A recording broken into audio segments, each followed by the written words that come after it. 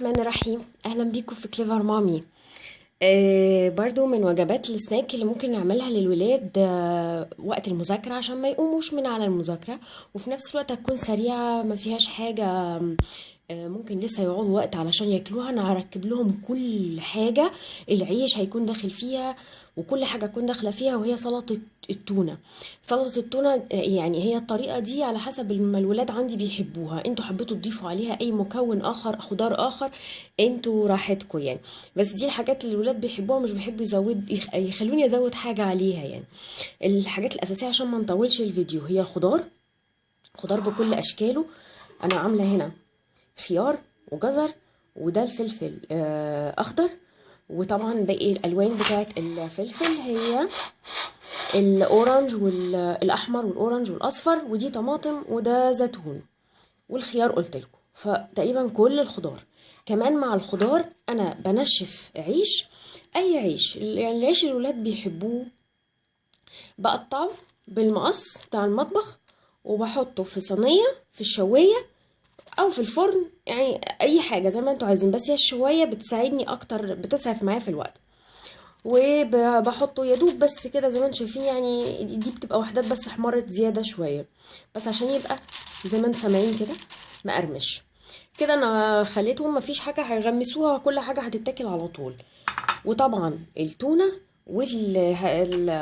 اللي هو التوابل والحاجات اللي هستخدمها هي ملح، فلفل اسود، كمون، عصير ليمون، وحوالي معلقه كبيره من الخل. خلاص هبدأ اركب معاكم دلوقتي السلطة. اول حاجة هعملها هو اني هنزل كل الخضار.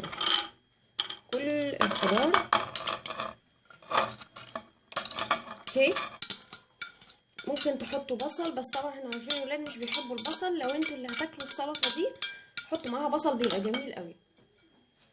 وبعدين هحط التونة. حطيت على الخضار التونة بس، ما حطيتش حاجة تاني.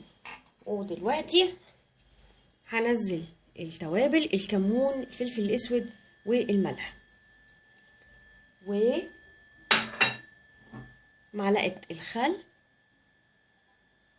معلقه الخل بتدي طعم حلو قوي للسلطه. وبعدين هعصر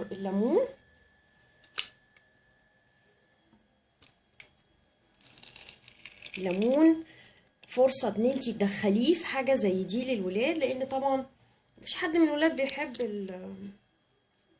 عصير الليمون يعني، ففرصه تدخليه للولاد في سلطه زي دي هيبقى حلو جدا. بس كده خلاص عصرت دي ليمونه كامله. انا عصرت ليمونه كامله لان هي ليمونه مش كبيره. وهحط بقى الاول، هقلب الاول الحاجات دي، فانا هقلبها عشان ما اضيعش وقتكم. قلبتها خلاص. اخر حاجه هحطها هي العيش المحمص، وبرده هقلبه كويس. وبعد ما هخلص تقليب بقى هبدا اغرف في الاطباق او البولات اللي هغرف فيها. ودي وجبه السناك الخاصه بمذاكره الاولاد، سلطه التونه بالخضار والزيتون. ممكن تزودوا زي ما قلت لكم لو انتوا اللي هتاكلوها، لان الولاد عامه مش بيحبوا البصل، فممكن تزودوا انتوا البصل. برضو هتقطعوه زي ما انتوا عايزين بقى، التقطيعات اللي انتوا بتحبوها للخضار يعني. وممكن تزودوا فاصوليا بيضة مسلوقة، لوبيا بيضة مسلوقة، ذرة حلوة اللي هي الذرة الصفراء، اللي انتوا عايزينه ممكن تزودوه تدخلوه. ممكن مشروم، ممكن تستبدلوا التونة خالص بأي حاجة من الحاجات اللي انا بقول عليها دي، لان هو ده نوع من البروتين كمان.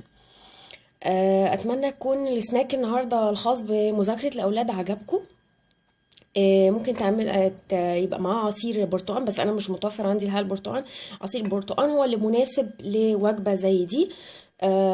الف هنا وشفا لاولادكم. اشوفكم فيديو جديد لكليفر مامي. السلام عليكم ورحمه الله.